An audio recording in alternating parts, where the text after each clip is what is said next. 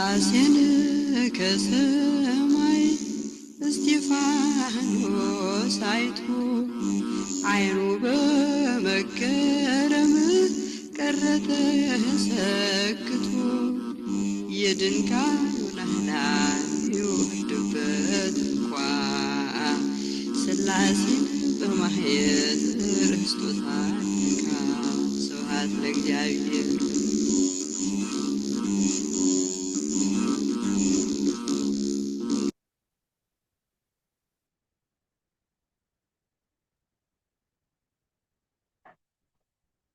በስመ አብ ወወልድ ወመንፈስ ቅዱስ አሐዱ አምላክ አሜን። በስመ አብ ወወልድ ወመንፈስ ቅዱስ አሐዱ አምላክ አሜን። በስመ አብ ወወልድ ወመንፈስ ቅዱስ አሐዱ አምላክ አሜን። አይንተ እግዚአብሔር ካህናት፣ የደብራችን የደብረ ምሕረት ቅዱስ ሚካኤል ካቴድራል አባላት ሁላችሁ በዚህ ዝግጅት በዚህ ቪዲዮ በቤተ ክርስቲያናችን ለማጸደቅ እየተሰራ ያለውን የመተዳደሪያ ደንቡን በተመለከተ አንዳንድ ማብራሪያ ለእናንተ ለመስጠት ያሉ ግርታዎችን ለማጥራትና በተለይ ደግሞ በድምፅ አሰጣጡ ያለውን ቮት የሚሰጥባቸው ነጥቦች ሁሉ ለይታችሁ ማየት እንድትችሉ የተዘጋጀ ማብራሪያ ነው። አጭር ስለሆነ ሁላችሁም ተከታትላችሁ በቂ ትምህርት እንደምታገኙበት ተስፋ እናደርጋለን። እንግዲህ ካቴድራላችን ባለፈው አንድ ዓመት ቢያንስ በጣም በከፍተኛ ፈተና ላይ እንዳለን ይታወቃል። በተለይ በዚህ ወቅት የጌታችን የመድኃኒታችን የኢየሱስ ክርስቶስን ስለኛ ሲል ጾሞ እንድንጾመው የሰጠንን ይህንን አብይ ጾም በጾም በጸሎት ሁላችሁ ለቤተ ክርስቲያናችን ሰላም ስትሉ እያሰባችሁ እንደሆነ እናምናለን።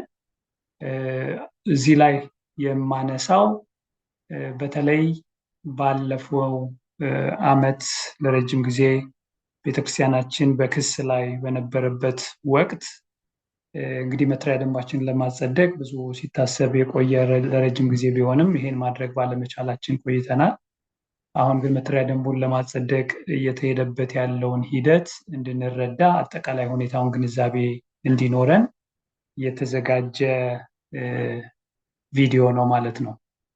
እንግዲህ አጠቃላይ የቤተክርስቲያናችን ሁኔታ ካቴድራላችን ባለፉት 7 ዓመታት በጣም ብዙ ሰፋፊ ስራዎች የተሰሩበት ቤተክርስቲያናችን ወደ ተሻለ ደረጃ ያደገበት ወቅት እንደሆነ ይታወቃል። በዚህም እግዚአብሔር ፈቅዶ የዛሬ 2 ዓመት በ3 ሚሊዮን ብር ከቤተክርስቲያናችን ጎን ያለውን ለፓርኪንግም የሚያገለግሉ ወደፊት ደግሞ ከተሰሩ ደግሞ ለገቢ ማስገኛም የሚሆን ቦታ መገዛቱን ይታወቃል። ከዛ በፊትም በተለይ በዚህ ባለፈው 7 ዓመት ልጆችን ላይ በመስራት እስከ 300 ተማሪዎች በላይ ቤተክርስቲያኑ በህፃናት ትምህርት ክፍል ያስተምራል። ሰንበት ትምህርት ቤቱ በዚህና በመሳሰሉ ሰፋፊ ስራዎች ላይ በሰፊው ይሳተፋል። የመንፈሳዊ አገልግሎቱ ከጊዜ ወደ ጊዜ በደንብ እያደገ እየጨመረ መጥቶ እንግዲህ በዓላቱን አጽዋማቱን በሰዓታት በዓላቱን በማህሌት በደንብ አድርገን እንድናከብር እያደረገ ያለበት ሁኔታ ነው ያለው። በበጎ አድራጎት በሌሎችም አገልግሎቶች አገልግሎቱ ሰፍቷል። የአባላቱ ቁጥር ጨምሯል። እንዲሁም ቤተክርስቲያኑ ያለው ገቢ ባለፉት ጥቂት ዓመታት ኦልሞስት በእጥፍ ደረጃ ነው የጨመረው። ይሄ ደግሞ አገልግሎቱን በሚገባ ለማስኬድ እንዲረዳ ሆኗል። ነገር ግን እንግዲህ አሁን በአገልግሎት ላይ ያለው ሰበካ ጉባኤ ለሚቀጥሉት ወንድሞች እህቶች አስረክቦ ለመሄድ በመዘጋጀት ባለበት ወቅት ቤተክርስቲያናችን ላይ ክስ መጥቶ ለረጅም ጊዜ ሁላችንም ስንጨነቅ ኖረናል። እግዚአብሔር ፈቅዶ የዛሬ 3 ሳምንት አካባቢ ይመስለኛል ፍርድ ቤቱ ክሱን ውድቅ አድርጎታል። በዚህም ሁላችንም ደስተኛ ነን። ውድቅ ባደረገው ጊዜ በተለይ ከጠበቃችን የተሰጠን ትልቅ አንድ አቅጣጫ በአገልግሎት ላይ ያለው መተዳደሪያ ደንብ ብዙ ክፍተቶች ያሉበት መተዳደሪያ ደንብ ለመሆን ብቁ ያልሆነ ብዙ ነገሮችን በግልጽ የማያስቀምጥ በመሆኑ በተቻለ ፍጥነት በጠቅላላ ጉባኤው ተወስኖ መተሪያ ደንቡን ማጸደቅ ብትችሉ ብሎ በሰጠው አቅጣጫ መሰረት ለረጅም ጊዜ ሲሰራ ሲደከምበት የነበረው ኦልሞስት 12 ዓመት ከ2012 ጀምሮ የመጀመሪያው ረቂቅ ተዘጋጅቶ በጊዜው በነበሩ የሰበካ ጉባኤ አባላት ታይቶ ተመርምሮ በአባላት አስተያየት ተሰብስቦበት ነገር ግን ሳያጸድቁት ጊዜያቸው በማለፉ ለሚቀጥለው ሰበካ ጉባኤ አሳልፈዋል። ይኸውን አገልግሎት እየሰጠ ያለው ሰበካ ጉባኤ 2-3 ዓመት ረጅም ጊዜ ወስዶ አይቶ ገምግሞ ማስተካከያ የሚለው ነገር ሁሉ አስተካክሎ ለአባላት ለእናንተ በ2020 ለአስተያየት አቅርቦ አስተያየት ሰብስቦ አካቶ ለማጸደቅ የመጨረሻ ስብሰባ ስንጠራ ነበር ኮቪድ መጥቶ ቤተክርስቲያን የተዘጋው። ይህንንም ለማድረግ የማንችልበት ሁኔታ የደረሰው እንግዲህ ከዛ ወዲህ ከኮቪድ ከተመለስን በኋላ እንዲሁ መተሪያ ደንቡን ቶሎ አጸድቆ ያለውን መተሪያ ደንብ ለመተካት ቢሞከርም በተወሰኑ አባላት የሰበካ ጉባኤው ጊዜ አልቋል፣ ከዚህ በኋላ ይሄንን መስራት አይችልም፣ መርጦ ማስረከብ ነው የሚል ስለሆኑ የመጡ አስተያየቶች ወደ ክስና ወደ ጭቅጭቅ ወደ ፍርድ ቤት ከሚሄድ ቀጥታ አስመርጠን በቀጣይ ሰበካ ጉባኤ መተሪያ ደንቡን ማጸደቅ ይቻላል ተብሎ ወደ ምርጫ ቢካሄድም ምርጫውም ደግሞ መቀጠል አልቻለም። ለምን? የተወሰኑ ሰዎች ምርጫ ውስጥ እንዳይገቡ የሚል ኮንሰርን ስለተነሳ በዛ ኮንሰርን አለመስማማት ምክንያት የአስመራጭ ኮሚቴው 2 ቦታ ተከፍሏል። ያልበቃ ብሎ እንደገና ወደ ፍርድ ቤት ክስ ይዘው የተወሰኑ ወንድሞቻችን ሄደዋል። በዛ ምክንያት እንግዲህ ላለፉት ረጅም ወራት የክስ ቀጥሎ ነው መጨረሻ ላይ ፍርድ ቤቱ የዘጋው። እንግዲህ ፍርድ ቤቱ ሲዘጋው ነው ይህ መተሪያ ደንብ ለማጸደቅ ወደፊት ብንሄድ በሚል የቀረበው ማለት ነው።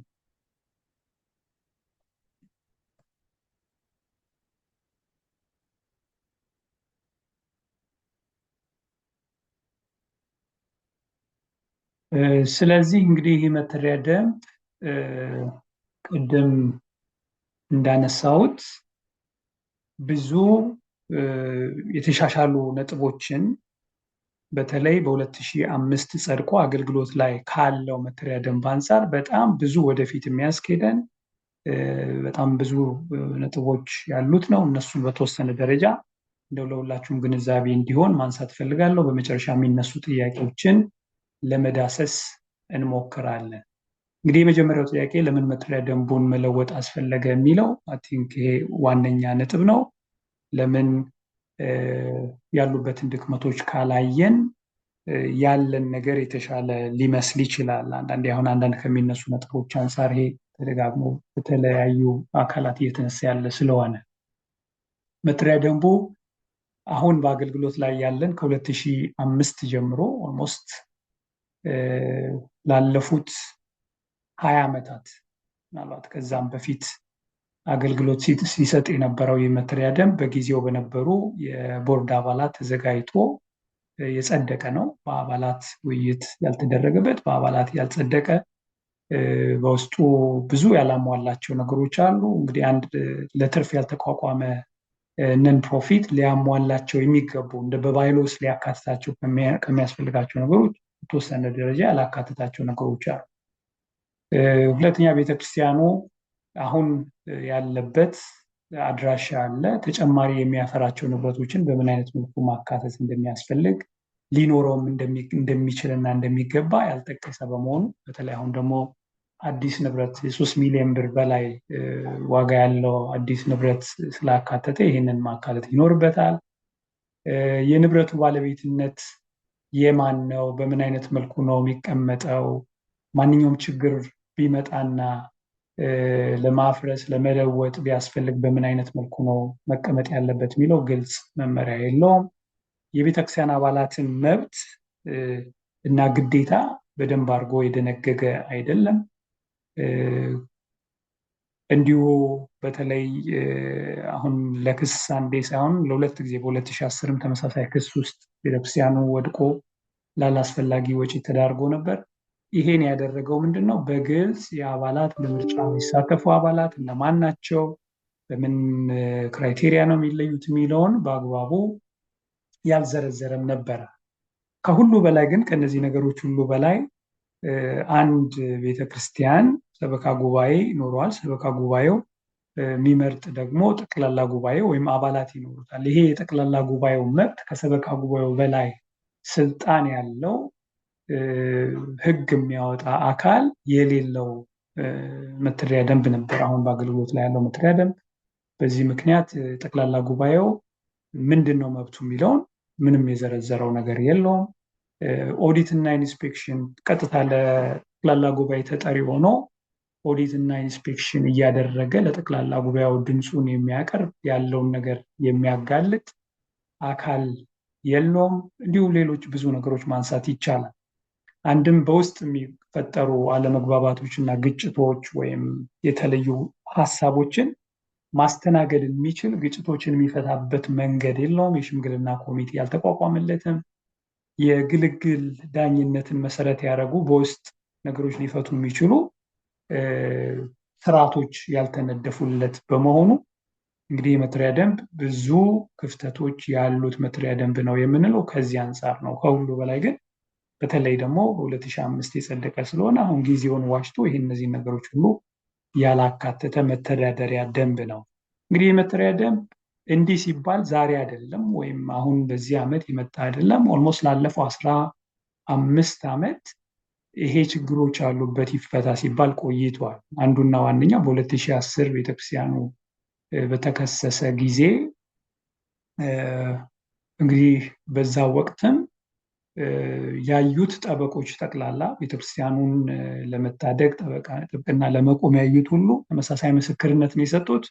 ከዛ በላይ ዳኛውም ምን አይነት መተዳደሪያ ደንብ ነው ያላችሁ ብሎ ምስክርነት እስኪሰጥ ድረስ የተተቸ ነው። በዚህ ምክንያት ነው እንግዲህ በ2012 የነበረው የተመረጠው ሰበካ ጉባኤ ወይም አስተዳደር ቦርድ የመጀመሪያውን ስራውን ይሄን አድርጎ አርቃቂ ኮሚቴ አቋቁሞ አዲስ ባይሎ ድራፍት እንዲደረግና ለሰበካ ጉባኤው ቀርቦ እንዲመረመር እንዲታይ ያደረገው።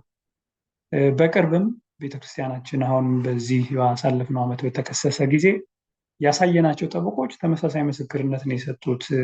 በጣም አሻሚ የሆኑ ብዙ በግልጽ ያልተቀመጡ ያልተደነገጉ ነገሮች ያላቸው ናቸው በማለት እንግዲህ እኛም ይሄ ሰበካ ጉባኤ ወደ ኃላፊነት ከመጣ ጀምሮ ይሄ ነገር ብዙ ክፍተቶች እንዳሉት አይቷል። ለዛም ነው ጊዜውን ሰጥቶ ቅድሚያ ሰጥቶ ኦልሞስት በተለይ በመጀመሪያዎቹ 2 ዓመታት ከጊዜያችን ከ60% በላይ ጊዜውን የስብሰባ ጊዜያችንን መተዳደሪያ ደንቡን በማስተካከል እና በማሰናዳት ለማጸደቅ በማዘጋጀት ላይ ያጠፋ ነው።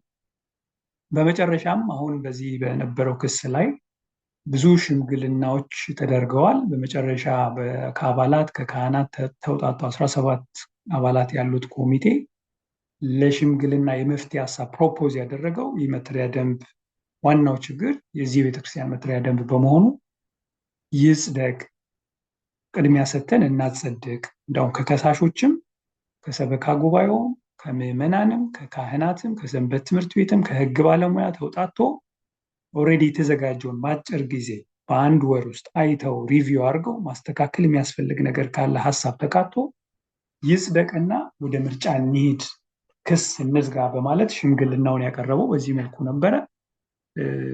እንግዲህ ሰበካ ጉባኤው ይህን የማድረግ ስልጣን ስላለው ሰበካ ጉባኤው እምቢ ይለናል ብለው ቢያስቡም ሰበካ ጉባኤው እሺ ለሰላም ሲባል ይሄን እናደርጋለን ቢልም በከሳሾች በኩል ይሄን ተቀብለው መሄድ ባለመቻላቸው ነው ውድቅ ሆኖ ፍርድ ቤቱ እስኪዘጋው ድረስ ክሱ የተራዘመውና የቀጠለው። እንግዲህ ያሉትን ክፍተቶች ለዚህ ደካማነቱ ምስክርነት የሰጡ የተለያዩ አካላትን በዚህ መልኩ ካነሳ ስለዚህ መተዳደሪያ ደንብ የሄደበትን ሂደትም መቃኘት ያስፈልጋል። ይሄን የምንቃኘው ለምንድን ነው?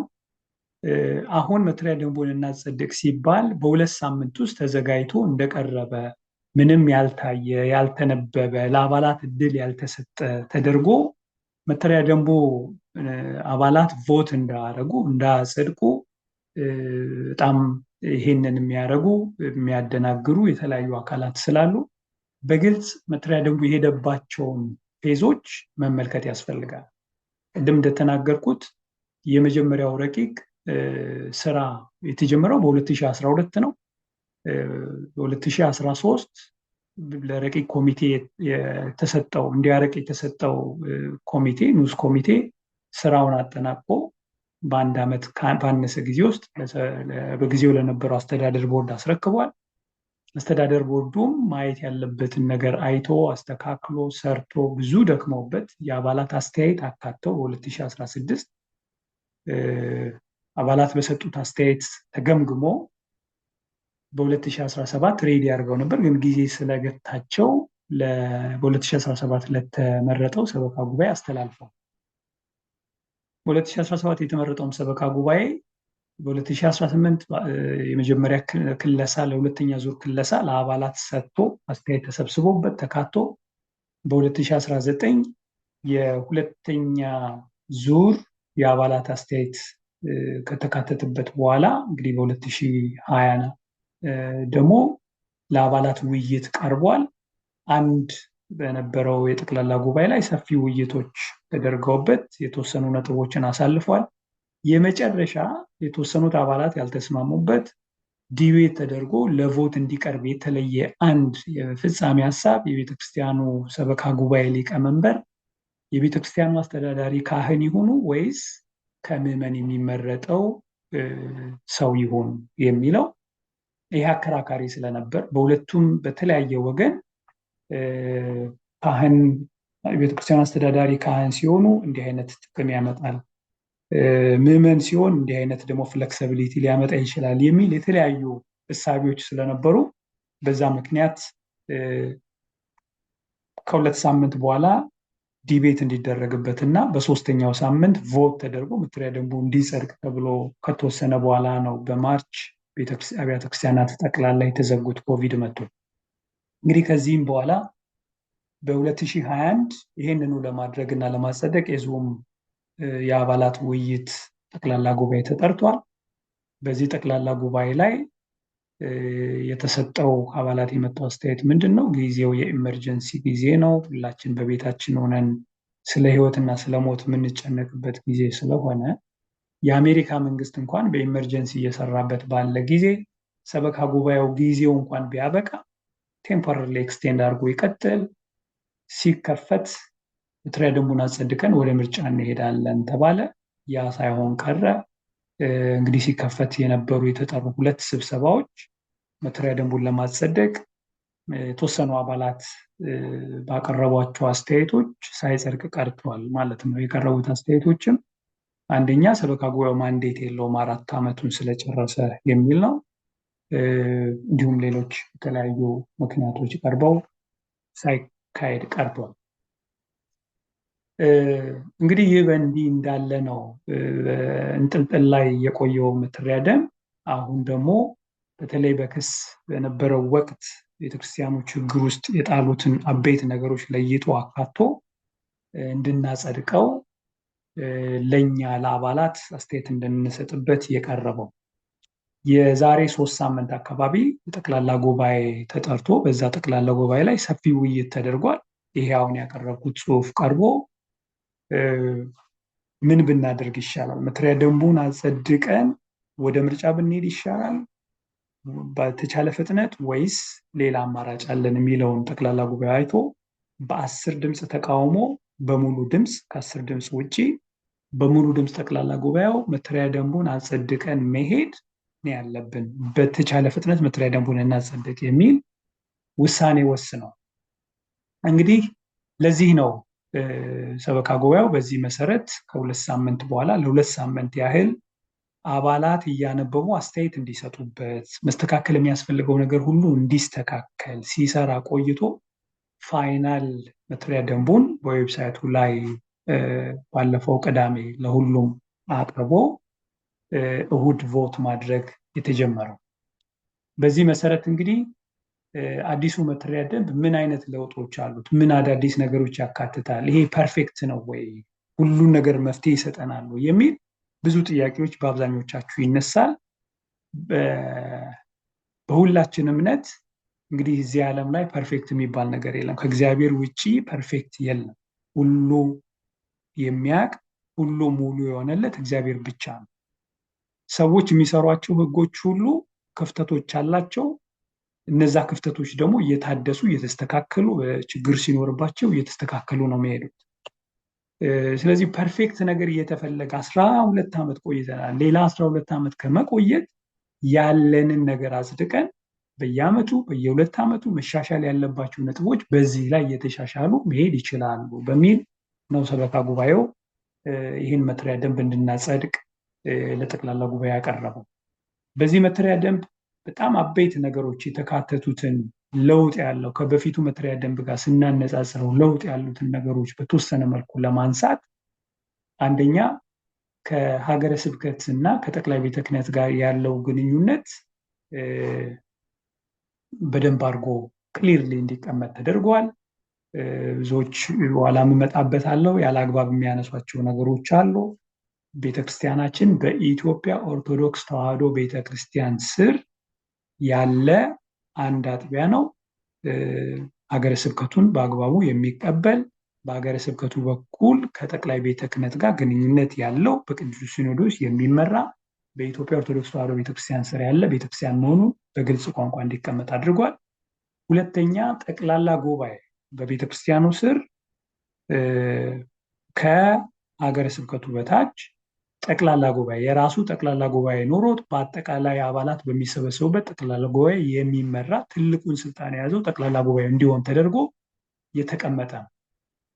በጠቅላላ ጉባኤው ስር 3 የተለያዩ ኮሚቴዎች ይኖሩታል። ዋነኛው የሰበካ ጉባኤ ከካህናት፣ ከምዕመናን፣ ከአባላት እና ከሰንበት ትምህርት ቤት በተውጣጡ አካላት የሚቋቋም የሰበካ ጉባኤ አጠቃላይ ህጉን የሚተረጉም ህጉን የሚመራ የሚያስኬድ የስራ አመራር ባህሪ ያለው ሰበካ ጉባኤ ተቋቁሞለታል። ከሱ በተመጣጣኝ ለተጠቅላላ ጉባኤ ተጠሪ የሆነ ደግሞ 3 አባላት ያሉት የኦዲት እና ኢንስፔክሽን ክፍል ይኖረዋል። ያ የኦዲት እና ኢንስፔክሽን ሰበካ ጉባኤው እንኳን ስህተት ቢሰራ እያየ ለጠቅላላ ጉባኤው የሰራውን ነገር የሚያቀርብ አካል ሆኖ የተቀመጠ ነው። ከዚህ በተጨማሪ ችግሮች ቢኖሩ ችግሮች የሚፈቱበት ግጭቶች ቢኖሩ ግጭቶች የሚፈቱበት የሽምግልና ኮሚቴ አሁንም ለጠቅላላ ጉባኤው ተጠሪ የሆነ አካል የተቀመጠለት ነው። ከዚህ በተጨማሪ ኢቭን የአስመራጭ ኮሚቴም ቢሆን በትክክል መብትና ግዴታውን በአግባቡ ለይቶ ያስቀመጠ የአባላት መብት እስከምን ድረስ እንደሆነ በአግባቡ ዲፋይን የሚያደርግ በተለይ ለአንዳንድ ኮንፊውዥን የዳረጉ የሰንበት ተማሪዎች በቤተ ክርስቲያን ውስጥ ከአባልነት ባሻገር ለበለጠ አገልግሎት ልጆችን ለማስተማር ለማገልገል የሚሰበሰቡ ወጣቶች ያሉበት ይህ የሰንበት ትምህርት ቤት አባላት እንደ ሰንበት ትምህርት ቤት አንድ ወጣት የሚወክሉት አለ መተሪያ ደንቡ የሚሰጣቸው በቃለ ዓዋዲውም የተቀመጠላቸው። ከዛ ውጭ ግን ቤተሰብ የመሰረቱ በአጥቢያው አባል ሆነው የአባልነት ግዴታቸውን እንደ ማንኛውም ሰው የተወጡ የቤተክርስቲያኑ አባላት የሆኑ ሰንበት ተማሪዎች ግን በተመሳሳይ መብታቸው እንዲጠበቅላቸው የመምረጥ፣ የመመረጥ፣ የማገልገል መብት በአግባቡ የተቀመጠበት መተሪያ ደንብ ነው። ስትራክቸሩ ይህንን ነው የሚመስለው። አዘቦል ስንመለከተው ቅድም እንዳልኩት ከዚህ በላይ ሀገረ ስብከታችን አለ። ከሀገረ ስብከቱ በታች የጠቅላላ ጉባኤው አለ። የካቴድራሉ የሰበካ ጉባኤ ኦዲት እና ኢንስፔክሽን የሽምግልና ኮሚቴ ተቋቋመለት ነው። ከሰበካ ጉባኤው በታች የአስተዳደር ጽሕፈት ቤት ይኖረዋል። በአስተዳደር ጽሕፈት ቤቱ ስር በሁለት ዘርፍ አገልግሎት የሚሰጡ በመንፈሳዊ ዘርፍና ንብረትና ፋይናንስ ዘርፍ በሚል የተለያዩ ክፍሎች ይዋቀሩለታል። እነዚህ ክፍሎች ሰበካ ጉባኤው በሚሾማቸው ተጨማሪ የሰው ኃይል የሚሞላና አገልግሎቱን የሚሰጥ ሆኖ የሚቀመጥ ነው የሚሆነው ማለት ነው። እንግዲህ ይሄ ነው ያለው እውነታ። መተሪያ ደንቡ የያዛቸው ነገሮች እነዚህን የተሻሉ ነገሮች ነው የያዘው። እውነት ለመናገር ካለው አገልግሎት እየሰጠ ካለው መተሪያ ደንብ ቢወዳደር 2-3 እጥፍ የተሻሉ ነገሮች የያዘ ነው። ነገር ግን ይህ ሆኖ ሳለ መተሪያ ደንቡን ለማጸደቅ በጠቅላላ ጉባኤ ከተወሰነበት ቀን ጀምሮ የተወሰኑ የቤተክርስቲያን አባላት በራሳቸው የኦንላይን መገናኛ ከፍተው አባላትን ግር የሚያሰኙ ጥያቄዎች፣ አሉባልታዎች በመተሪያ ደንቡ ላይ እየተነሱ ይገኛል። እንግዲህ ከዛን ቀን ጀምሮ ለአባላት የተሰጠው ዳይሬክሽን ማንኛውም በመተሪያ ደንቡ ላይ ያላችሁ ጥያቄ ካለ ጠይቁ፣ ይሄን አስተካክሉ በሉ፣ እናስተካክላለን ብሎ ሰበካ ጉባኤው ሲሰራ ቆይቷል። 2 ሳምንት ቀን ከሌሊት እየተገናኘ ከአባላት የሚመጣውን አስተያየት ሲያካትት ቆይቷል። በዚህ አይነት መልኩ አስተያየት ሰጥቶ ኮንስትራክቲቭ የሆነ አስተያየት ሰጥቶ መተሪያ ደንቡ የተሻለ እንዲሆን ከማድረግ ይልቅ የመጽደቅ ፕሮሰሱን ለማስተጓጎል እና ለማቋረጥ የሚነሱት መተሪያ ደንቡ ላይ ባልተቀመጠበት መተሪያ ደንቡ ባላስቀመጠው መልኩ የሚጋጩ የሚመስሉ ነገሮችን እያነሱ የተነሱ ሰዎችን ግራ ያጋቡ ብዙ አባላት የጠየቃችሁኝ ጥያቄዎች አሉ። ለነሱ የተወሰነ ማብራሪያ መስጠት እንፈልጋለን። እንደው የተወሰኑትን ለማንሳት ጥያቄዎቹን አንደኛ ረቂቅ መተዳደሪያ ደንቡ ብዙ የተለያዩ ቨርዥኖች አሉት፣ የተለያዩ ክለሳዎች ነው ያሉት፣ እርስ በርስ ራሱ ልንግባባበት አልቻልንም የሚል ኮንሰርን አለ። እንዴት ሆነ? ለምን? ማንን ነው የትኛውን ነው መመልከት ያለብን የሚለውን እናነሳለን። ብዙ ሊስተካከሉ የሚችሉ ነገሮች አሉት፣ ገና ብቁ አይደለም ይሄ የሚል ድፍን ያለ ኮንሰርን እንደዚሁ ይነሳል። እኛም ቅድም እንዳልነው 100% ፐርፌክት ያለ ነገር የለም ብለናል፣ እናነሳዋለን። ይህንንም አንዳንዶች ሌላ ከላይኛው መዋቅር ተነጥሎ የወጣ ነው አንገት የሌለው ነው በሚል ኮቴሽን ኮንሰርን ያነሱ አሉ። የሰበካ ጉባኤው ሊቀመንበር የሚቆጣጠረው የለም፣ ቃለ ዓዋዲውን ይጥሳል፣ ለውጭ ሀገር ከጠቅላይ ቤተ ክህነት የተላከ መመሪያ እያለ እሱን ደብቀው ነው ሌላ ነገር አዲስ መተሪያ ደንብ እናጸድቅ የሚሉት። የሰንበት ትምህርት ቤት አባላት መብት ሮንግሊ ኢንተርፕሬት እየተደረገ፣ እንዲሁ ደግሞ የሰንበት ትምህርት ቤትና የህፃናት ወይም ሌሎች ክፍሎች የገንዘብ አሰባሰብ መተሪያ ደንቡ ያስቀመጠላቸውን አንቀጽ በተሳሳተ መልኩ በመተርጎም የሚነሱ ብዙ አሉባልታና ጥያቄዎች ደርሰውናል። ለነዚህ ትክክለኛ መተሪያ ደንቡ ላይ የተቀመጠው እውነት ምንድን ነው የሚለውን ባገናዘበ መልኩ ማየት ስለሚገባ እሱን እንድንመለከት ያስፈልጋል ማለት ነው። እንግዲህ በቀኝ በኩል የምታዩት አሁን በአገልግሎት ላይ ያለን መተሪያ ደንብ ነው። በዚህ በኩል በግራ በኩል የምትመለከቱት ረቂቅ ድራፍቱ ተዘጋጅቶ የቀረበልን እነዚህ ሁሉ ነጥቦች ያሉት መተሪያ ደንብ ነው። ሁለቱን በተወሰነ መልኩ አንዳንድ እውነታዎችን እያወዳደርን እነዚህ ለሚነሱ ሀሳቦች ትክክለኛ ምላሹን እየሰጠን እንሄዳለን ማለት ነው። የመጀመሪያው ነጥብ የተለያየ ቨርዥኖች ነው ያሉት ለሚለው መተሪያ ደንባችን በዌብሳይታችን ላይ አቬለብል አድርገናል። ጠቅላላ ጉባኤው ካጸደቀው በኋላ ከአባላት የሚመጣውን አስተያየት በየቀኑ እያደስን እያስተካከል እንልክላችኋለን። በዌብሳይቱ ላይ ፖስት እናደርግላችኋለን። በተባለው መሰረት ሰበካ ጉባኤው ይህንን ማሻሻያ አስፈላጊዎቹን ማሻሻያ እያደረገ ቆይቷል። በዚህ መሰረት በዌብሳይቱ እዚህ ላይ ታገኙታላችሁ። ክሊክ ስታደርጉት የትኛው ቨርዥን ላይ እንደሆን በግልጽ በተቀመጠ ሁኔታ ነው የሚያሳየው።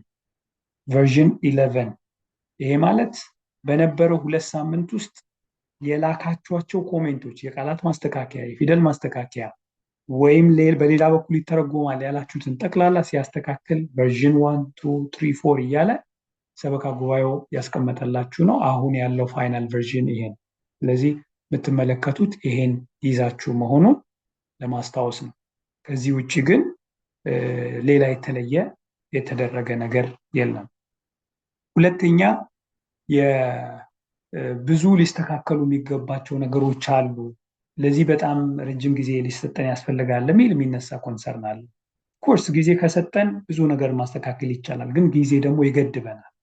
ለምንድን ነው በፍጥነት አሁኑኑ ማጸደቅ የተፈለገው የሚል የብዙዎቻችሁ እውነት በቅንነት ይሄ ጥያቄ ይጠይቃችኋል።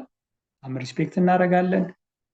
ከጠበቃችን በተሰጠን አቅጣጫ መሰረት በተቻለ ፍጥነት ቶሎ እናጸድቅ የተባለበት አንዱ ምክንያት ከሳሾች በሌላ መንገድ ወደ ይግባኝ ወደ መጠየቅ እና ወደ ሌላ ነገር ከመሄዳቸው በፊት አስፈላጊውን ነገር ማድረግ እንድንችል አቅጣጫ ስለተሰጠው ነው። ትክክል ባለው መሰረት ወዲያው ነው ከሳሾች ይግባኝ ጠይቀው ክሱን እንደገና የከፈቱት ማለት ነው። ጠበቃችን ትላንትና ምላሽ ከትላንት ወዲያ በዚህ ሳምንት መጀመሪያ ላይ ምላሽ ሰጥቷል። ለዚህ ክሱ ስቲል ይሄዳል። ክስ ባለበት ቤተክርስቲያኑ ስራ እንዳይሰራ፣ መተዳደሪያ ደንቡ እንዳይጸድቅ፣ ብሎክ የሚያደርጉ ነገሮች ባሉበት ጊዜ እንስጥ ሊባል አይቻልም።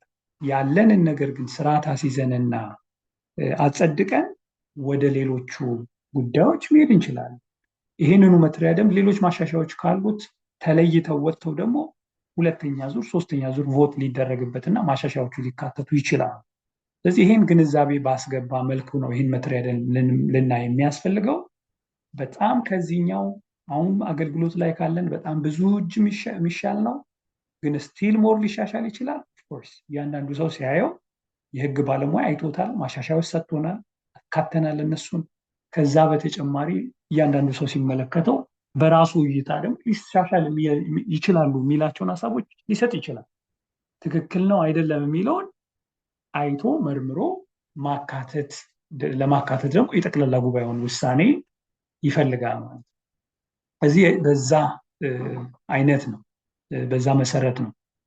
ሌላ ሶስተኛ የሚነሳው ነገር ልክ ይህ መተዳደሪያ ደንብ ከላይ ሌላ መዋቅር የሌለው ሀገረ ስብከቱን እንደማይቀበል አንገት የሌለው ከኢትዮጵያ ኦርቶዶክስ ተዋሕዶ ቤተክርስቲያን ጋር የማይገናኝ በሚል በእውነት ከእውነት የራቀ መልእክት እያስተላለፉ ሰዎች እንዲጠራጠሩ፣ ቮት እንዳያደርጉ፣ እንዳይቀበሉት፣ ግራ እንዲጋቡ እየተደረገ ያለበት ሁኔታ ነው ያለው። እዚህ በገጽ ላይ እንደምትመለከቱት በግልጽ ከጠቅላይ ቤተ ክህነት ጋር ያለው ግንኙነት በሚለው አንቀጽ 2 ላይ በሚገባ ተቀምጧል።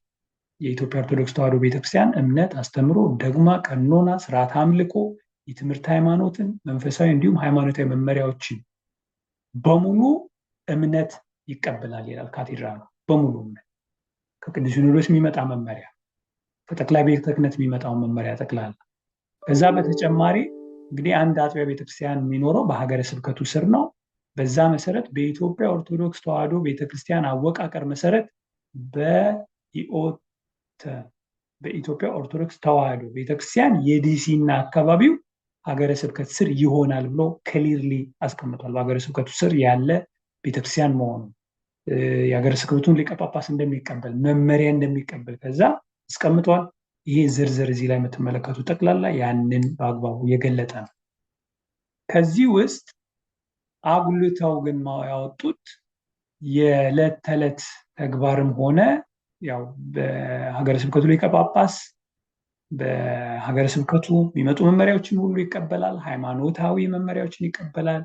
ነገር ግን ሀገረ ስብከቱ በዕለት ተዕለት አስተዳደራዊ ስራዎች በሰው ኃይል፣ በንብረት፣ በገንዘብ በቀጥታ ጣልቃ አይገባም የሚል የተቀመጣል። ይህንን አንቀጽ አንስቶ በሌላ ትርጉም ሰጥተው ልክ ግንኙነት እንዳሌለው ማድረግን ከእውነት የራቀ መሆኑን መግለጽ እንፈልጋለን። ይሄ እውነታ ደግሞ አዲስ አይደለም። አሁን ያለን መተዳደሪያ ደንብም የዛሬ 20 ዓመትን በተመሳሳይ ሁኔታ ነው ያስቀመጠው። እዚሁ ላይ ሀገረ ስብከቱን አስመልክቶ ባለው ግንኙነት በዕለት ተዕለት እንትን ውስጥ ጣልቃ አይገባም በሚል አስቀምጦታል። ይሄኛው መተዳደሪያ ደንብ እንደው እኛ ጋር ብቻ ያለ እውነታ ደግሞ እንዳይመስል የሌሎች አብያተ ክርስቲያናትንም ተሞክሮ ለማየት ሞክረናል። መድኃኔዓለም ቤተክርስቲያን ሜሪላንድ አለ። የእነሱ እንደውም ከዚህ በባሰ መልኩ ነው ያስቀመጠው። መተዳደሪያ ደንቡን ማሳየት እችላለሁ። ይሄ የቅዱስ ዮሐንስ ቤተክርስቲያን መተዳደሪያ ደንብ ነው። በተመሳሳይ ይህንን እውነታ አስቀምጦታል። ከሀገረ ስብከቱ ጋር ያለው ግንኙነት በተመለከተ እዚህ ጋር ሀገረ ስብከቱ በአጥቢያ ቤተክርስቲያኗ የዕለት ተዕለት የስራ አፈጻጸም እንዲሁም በገንዘብና ንብረት ጉዳይ ውስጥ ጣልቃ አይገባም ይላል። እዚህ ከነበሩት ሁኔታዎች የተቀመጠ እንጂ የተለየ አይደለም። ስለዚህ ያንን እውነታ በዚህ መልኩ እንድንረዳው ያስፈልጋል ማለት ነው። ሌላው ተደጋግሞ የሚነሳው ጥያቄ ቅድም እንዳነሳሁት በመግቢያዬ ላይ የዛሬ 4 ዓመትም ምክረ ደንቡን ለማጸደቅ ሲፈለግ የሰበካ ጉባኤው ሊቀመንበር ካህን ይሁን ወይስ ምዕመን በሚል ለቮት ይቀርባል ያልነውን ሀሳብ መሰረት አድርጎ በኢትዮጵያ ኦርቶዶክስ ተዋሕዶ ቤተክርስቲያን ቃለ ዓዋዲ መሰረት የቤተክርስቲያኑ አስተዳዳሪ ካህን የሰበካ ጉባኤው ሊቀመንበር ሆኖ ነው የሚያገለግለው፣ በካህን ነው የሚመራው። እዚህ ሀገር ደግሞ ከዛ የተለየ ኮንቴክስት ምዕመን የሚመረጠው ሊቀመንበር ይሆናል። ከእንዲህ አይነት አሰራር ይልቅ በምክትል ሊቀመንበር ማዕረግ ምክትል ሊቀመንበር ሆኖ የሚቀመጠው እኩል ስልጣን ኖሮት የመወሰን፣ የመፈረም፣ በቼክ የመፈረም፣ ኮንትራቶችን የመፈረም፣ ማኔጅ የማድረግ ተመሳሳይ ኃላፊነት ኖሮት ግን በካህኑ ቢመራ ከሚል ኮንቴክስት አንጻር የመጣ ነው። ይሄንን ግን ሙሉ ስልጣኑን ወስደው ለቤተክርስቲያኑ አስተዳዳሪ ለአንድ ሰው ብቻ ሊሰጡ ነው። በዚህ ምክንያት በቃ ሁሉን ነገር አንድ ከዛ በላይ ስልጣን ያለው አካል የለም የሚል የተሳሳተ መልእክት አሁንም ተደጋግሞ እየተላለፈን ያለው። ይሄንን እንደው በግልጽ ቋንቋ ለማሳየት ስልጣኑ እዚህ በስዕሉም ላይ በግልጽ እንደተቀመጠው የሰበካ ጉባኤ መንፈሳዊ አስተዳደር ነው ከጠቅላላ ጉባኤው ስር ስልጣን ያለው። ይሄ ማለት ሙሉ አባላቱ ያሉት በጉባኤ የሚወሰነው ነው እንጂ ስልጣኑ የአንድ ሰው ኢቭን ሊቀመንበሩ ከምዕመንም እንኳን ቢሆን ያ ከምዕመን የተመረጠው ሊቀመንበር ከሌሎቹ አባላት የተለየ ስልጣን የለውም። የመምራት እነሱን የመምራት ሊድ የማድረግ ስልጣን ነው የሚሰጠው። መተሪያ ደግሞ ከታች በግልጽ ተቀምጧል። ስለዚህ ይሄ ሌላ በጣም በእውነት ጥሩ ያልሆነ ግራ ለማጋባት ብቻ የሚነሳ ነጥብ ነው። አጠቃላዩ ግን የሰበካው አስተዳደር መንፈሳዊ ጉባኤ የሚመራው ነው የሚሆነው። ስልጣናቸውን በአግባቡ ዲፋይን አድርጎ ያስቀመጠው ነው።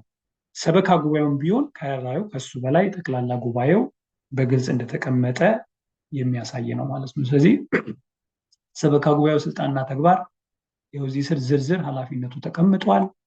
የሰበካ ጉባኤው ሊቀመንበር ካህን ከሆነ ከምክትል ሊቀመንበሩ ጋር አንድ ቼክ ለማብረር አትሊስት ከ3 ሰው 2 ሰው ሊፈርምበት ያስፈልጋል ይላል ሂሳብ ሹሙ።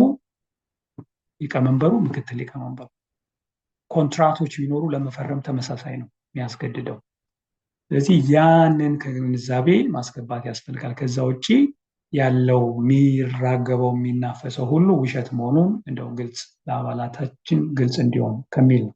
ይኸው እዚህ ጋር በግልጽ ቋንቋ የቤተክርስቲያኑ አስተዳዳሪ ወይም የሰበካ ጉባኤው ሊቀመንበር ይሆናሉ ይላል። ተጠሪነታቸው ለማን ይላል? ለሰበካ ጉባኤው።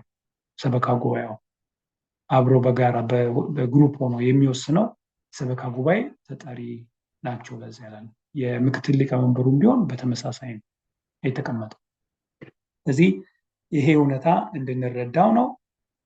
ሌላው አሁን በተለይ በቅርብ ደግሞ የሚነሱ ነገሮች ቃለ ዓዋዲ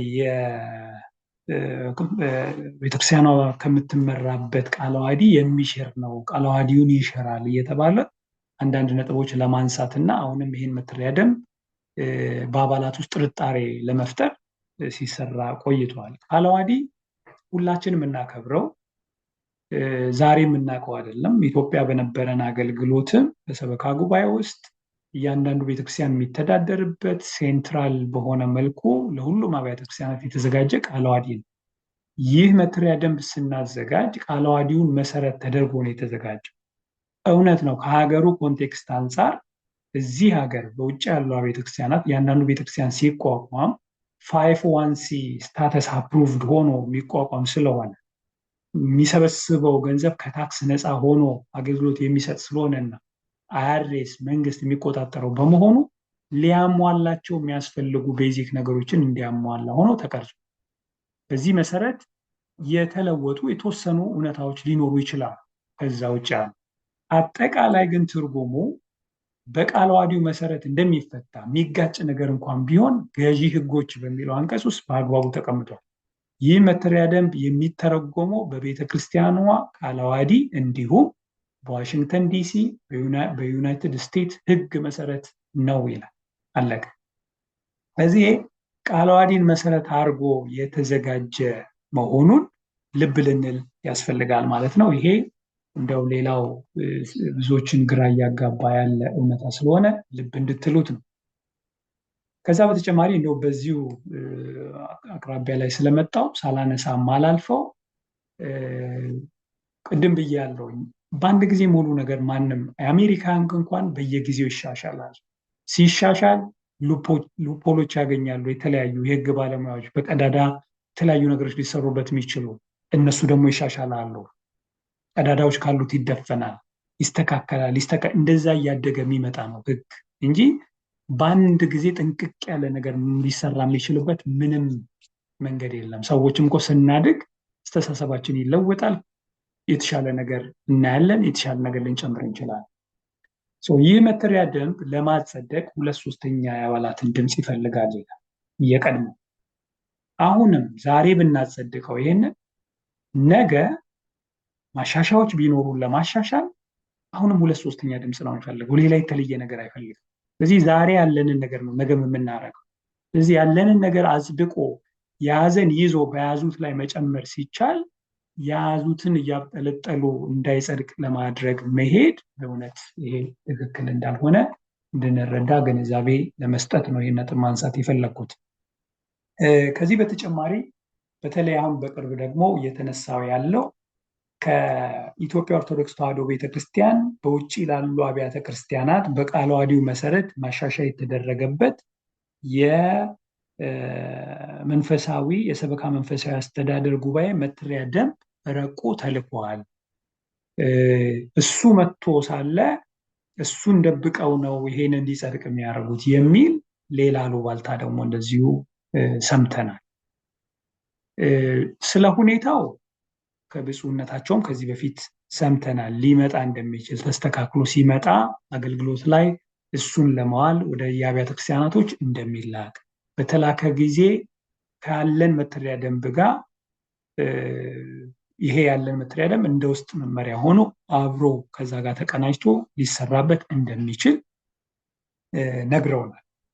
ከዛ ውጭ ግን ከኢትዮጵያ ተልኮ የመጣው ሀገረ ስብከቶቹ ተመልክተውት ሊስተካከሉ የሚገባቸው ነገሮች ስላሉ ወደ ጠቅላይ ቤተ ክህነት እንዲስተካከል ሀሳባቸውን መላካቸውን ብቻ ነው እኛ የምናውቀው። ከዛ ውጭ በትክክል ከሀገረ ስብከቱ በመመሪያ ከዚህ በኋላ የምንጠቀመው ይሄ ነው፣ በዚህ አማራጭ ነው የምትሄዱ ተብሎ የተላከ ጉዳይ የለም፣ የተላከልን ነገር የለም። ይሄንኑ አስመልክቶ ምናልባት ሳናውቀው አሁን የተለወጠ ነገር ካለ በሚል ይሄ አሉባልታ በመጣ ጊዜ እንኳን የሀገረ ስብከቱ ጽሕፈት ቤት ደውለን አጣርተናል። በተመሳሳይ እየጠበቁ እንዳሉ ነው የምናውቀው። ስለዚህ ያ ሲመጣ ወደፊት እሰየው፣ ሁላችንም ስንመኙ የነበረ ቤተክርስቲያን በአንድ መዋቅር ውስጥ ሆና አስተዳደሯ ተስተካክሎ አዲስ ቤተክርስቲያን ሲመሰረት ሬጂስተር የሚያደርግበት መዋቅር ሁሉ በአግባቡ በሆነ መልኩ ተቀናጅቶ የሚሄድበትን ጊዜ ለማየት ሁላችንን እናፍቃለን። አሁን ግን የሞተ መተሪያ ደንብ ይዘን ይሄ ተሻሽሎ ወደ ተሻለ ነገር አይሂድ ከሚለው ግን የሚያገደን አይደለም። ይሄ ዛሬ ብናጸድቅ ነገ ጠዋት ያኛው ከመጣ አቀናጅተን መቀጠል የማይችልበት ምንም ምክንያት የለም የሚለውን እንድንረዳ ያስፈልጋል ማለት ነው። በመጨረሻ የሚነሱ አንድ ሁለት ሌሎች አሉባልታዎች እንደዚሁ ምላሽ ይሰጥና በዚሁ አጠቃልላለሁ። አንደኛው የሰንበት ትምህርት ቤት አባላትን መብት አስመልክቶ የሚነሳለ ይሄ መተሪያ ደንብ በግልጽ አስቀምጦታል። ኮንፊውዝ የሚደረገው ምንድነው? የሰንበት ትምህርት ቤት አባላት ከአንድ በላይ ውክልና ተሰጣቸው የሚል ነው። የሰንበት ትምህርት ቤት አባላት ሰንበት ትምህርት ቤት ብለን ዲፋይን የምናደርገው ከልጅነታቸው ጀምሮ እስከ አዋቂነት ድረስ ወንጌልን እየተማሩ ቤተክርስቲያንን እያገለገሉ መዝሙር እያጠኑ እያቀረቡ እግዚአብሔርን እያመሰገኑ የሚኖሩበት ትልቅ ክፍል ነው። በአንድ አጥቢያ ቤተክርስቲያን ውስጥ ያለ ቃለ ዓዋዲው በዚህ መልኩ የሚያቋቁመው እንደዚህ አይነት ክፍል በመሆኑ ወጣቶች የሚሳተፉበት በመሆኑ እድሜያቸው እንኳን ለአቅመ አዳም ደርሶ በቤተክርስቲያኑ በአባልነት ተመዝግበው ድርሻቸውን በሰበካ ጉባኤ መወጣት ላልደረሱት ውክልና እንዲኖራቸው አንድ የሰንበት ትምህርት ቤት ተወካይ ይኖራቸዋል ብሎ አስቀምጧል። ያ ተወካይ ሰንበት ትምህርት ቤቱ ስለ ሰንበት ትምህርት ቤቱ መብት ከሰንበት ትምህርት ቤቱ ጋር ስላለው ግንኙነት የሚቀርብበት አንድ ተወካይ ነው። በሰንበት ትምህርት ቤቱ ስር ያሉ አባላት ግን እድሜያቸው ለአቅመ አዳም ደርሶ ቤተሰብ መስርተው በቤተክርስቲያን አባልነት ተመዝግበው የአባልነት ግዴታቸውን እየተወጡ ከሆነ በስፔሻል ፕሪቪሌጅ እንዲወከሉ ሳይሆን እንደ ማንኛውም አባል የመምረጥ፣ የመመረጥ፣ የማገልገል፣ የመገልገል መብታቸው ሊጠበቅላቸው ያስፈልጋል የሚለው እውነት ነው። የተሻለ ስለ ቤተክርስቲያን የሚቀኑ የሚያገለግሉ ጊዜያቸውን የሚሰጡ ሆነው ሳለ ለምንድን ነው በአገልግሎት የምንገድባቸው ብሎ በአግባቡ ያንን እድል የሰጠ ያስቀመጠ መሆኑን ማንሳት ፈልጋለሁ። ሌላውና መጨረሻ ማነሳው በተለይ የገንዘብ አሰባሰብን በተመለከተ በህፃናትና ታዳጊዎች ክፍል እንዲሁም በሰንበት ትምህርት ቤት መዋቅር ውስጥ የተቀመጠውን እውነታ በተለየ አንቀጽ ተርጉሞ ሰንበት ትምህርት ቤቱ የተለየ ሂሳብ የተለየ ባንክ አካውንት እንደሚከፈትለት እንደሚቋቋምለት በዚህም ለብቻው እንዲሰራ ራሱን የቻለ ኦልሞስት 501c እንዲመስል እየተደረገ ነው የሚል አሉባልታ እንደዚሁ ሲስፋፋ ሰምተናል። ይሄ ትክክል አይደለም። አንቀጹን በትክክል አነበዋለሁ። አይ ቲንክ ከዚህ በላይ ግልጽ ሆኖ ሊቀመጥ አይችልም። በሁለቱም አንቀጾች ላይ እዚህ ጋር ሃይላይት አድርጌ የምትመለከቱት የሰንበት ትምህርት ቤቱም የህፃናት ትምህርት ክፍሉም ላይ የተቀመጠ ነው። ይሄ አሰራር አዲስ አሰራር አይደለም። ለምሳሌ ለበጎ አድራጎት ክፍል የምንሰበስበው ገንዘብ ቤተክርስቲያኑ ለገዳማት ተብሎ ከተሰበሰበ ወይም ለችግረኞች ተብሎ ከተሰበሰበ ከአካውንቱ ቀላቅሎ ለራሱ ስራ ማስኬጃ አይጠቀምበትም። የሚያደርገው ምንድን ነው? ገንዘብ ይሰበሰባል። ለዚህ ጉዳይ የተሰበሰበ ይሄን ያህል አማውንት ተብሎ በአካውንቲንግ ዴታቤዝ ላይ ይያዛል። ገንዘቡ ግን የሚገባው ተመሳሳይ ባንክ አካውንት ውስጥ ሊሆን ይችላል። 10,000 ብር ለዚህ ጉዳይ የተሰበሰበ ከተባለ ለዛው ጉዳይ እንዲወጣ ይደረግ። በተመሳሳይ የሰንበት ትምህርት ቤት አባላት ለስራ ማስኬጃቸው የሚሆን ገንዘብ ከአባላቱ ኪስ የሚሰበስበውን በእጁ ከሚይዘው ይልቅ ወደ ቤተክርስቲያኑ አካውንት አስገብቶ ሲፈልግ በሚጠይቀው መጠይቅ መሰረት እንዲያወጣ ነው። ይሄ ደግሞ አዲስ አሰራር አይደለም። ኢትዮጵያም ቢሆን ሰንበት ትምህርት ቤቶች የሚሰበስቡትን ገንዘብ በሞዴል 30 ወደ ቤተክርስቲያኑ ያስገባሉ። በሚጠይቁት መሰረት ከዛው ላይ ወጪ ይደረግላቸው። እዚህ የሚለው የሰንበት ትምህርት ቤት ለአገልግሎቱ ማስኬጃ ከተለያዩ ገቢ ማስገኛ መርሃ ግብሮችና ከሰንበት ትምህርት ቤቱ አባላት ገንዘብ ይሰበስባል። የሚሰበስበውን ገንዘብ ወደ ቤተክርስቲያኑ ገንዘብ ቤት በደረሰኝ ገቢ ያደርጋል። የት? ወደ ቤተክርስቲያኑ።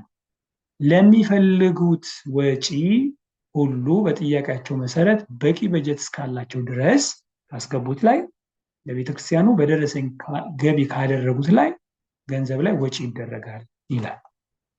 ተመሳሳይ አርቲክል ነው እዚህም የተቀመጠው። ስለዚህ እነዚህን እውነታዎች በተለየ ኮንቴክስት እየተረጎሙ በተለይ ደግሞ ችግር እንዳለው እያስመሰሉ ሰዎች ግራ ገብቷቸው አይ እኔ ቮት ከማድረግ ባላረግ ይሻለኛል፣ ከምመርጥ ባልመርጥ ይሻለኛል ወደሚል አስተሳሰብ እንዲሄዱ በማድረግ ብዙ ሰዎች ስለደወሉልን ነው ይሄን ማብራሪያ ለመስጠት የተገደድነው። ስለዚህ በዚህ መሰረት ጠቅላላ ጉባኤው የዛሬ 3 ሳምንት በወሰነው መሰረት መተሪያ ደንቡ አስፈላጊ ማሻሻያ ተደርጎበት በዌብሳይቱ ላይ ተደርጓል።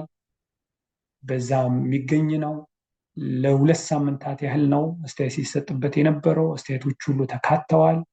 የሐሳብ ልዩነቶች ባሉባቸው ነጥቦችና በተለይ ደግሞ በቅርብ ጊዜ አዲሽናል ማስተካከያ ብለው የገቡ ጉዳዮች በቂ ጊዜ ስላላገኘን ኢቨን በዛ ላይ ለመወያየትና ለመቀበል ዳውት እንኳን እንዳይኖር እያንዳንዱ ነጥብ ቮት እንዲደረግ ወደ 6 ነጥቦች ተለይተው ለቮት ቀርበዋል። እነዚህ ድምፅ የሚሰጥባቸው ነጥቦች ምንድን ናቸው? እነዚህ 6 ነጥቦች ናቸው። ይሄ ቮት መስጫው ወረቀት ነው። የአባልነት ቁጥር ይጻፋል።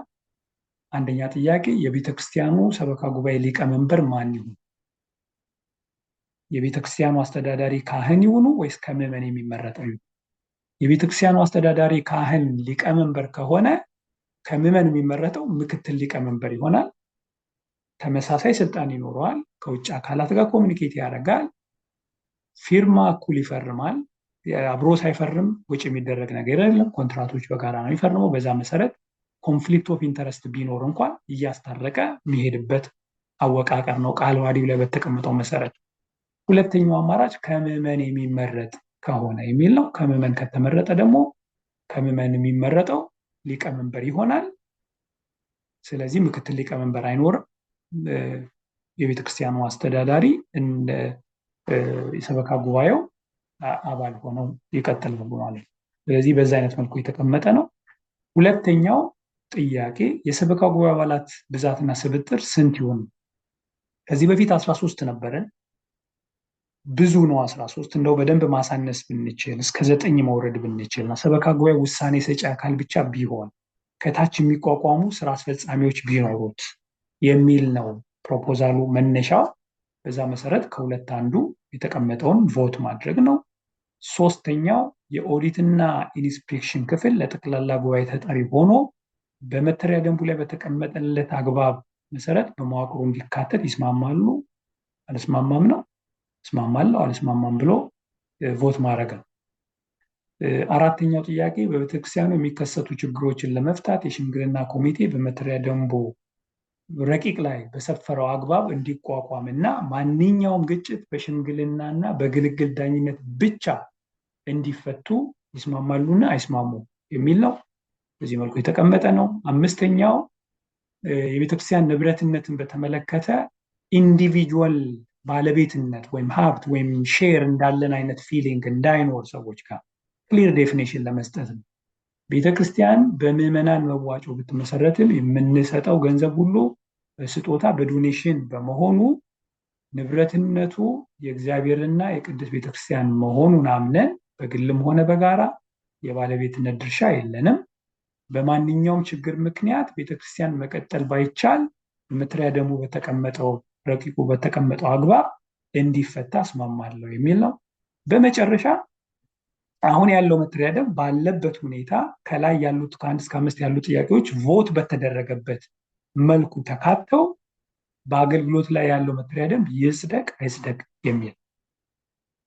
ስለዚህ እነዚህን ጉዳዮች ቮት በማድረግ ቤተክርስቲያናችንን ካለባት ችግር እንድንታደግ ያስፈልጋል ማለት ነው። በእውነት እግዚአብሔር በመካከላችን ተገኝቶ እንደዚህ በግልጽ እንድንነጋገር እንድንመካከር ስለረዳን ስሙ የተመሰገነ ይሁን። አገልግሎታችንን ይባርክልን፣ ቤተክርስቲያናችንን ሰላም ያድርግልን። ይህ መተሪያ ደንብን ውሳኔ ያሰጥተን ምርጫ አድርጎ ሰበካ ጉባኤው ወደ ቀጣይ ኮሚቴው በሰላም እንዲያስተላልፍ ይርዳን። የቅዱስ ሚካኤል ረድኤት ሁል ጊዜ ከሁላችን ጋር ይሁን። አሜን። የሰው ልጅ በቀኙ ተቀምጦ ነበር፣ እስጢፋኖስ ሲያየው በሚያስፈራ ክብር። ካህናተ ሰማይ ዙፋኑን ከበውት፣ ቅዱስ ቅዱስ ሲሉ ስብሐት ስብሐት ስብሐት ለእግዚአብሔር።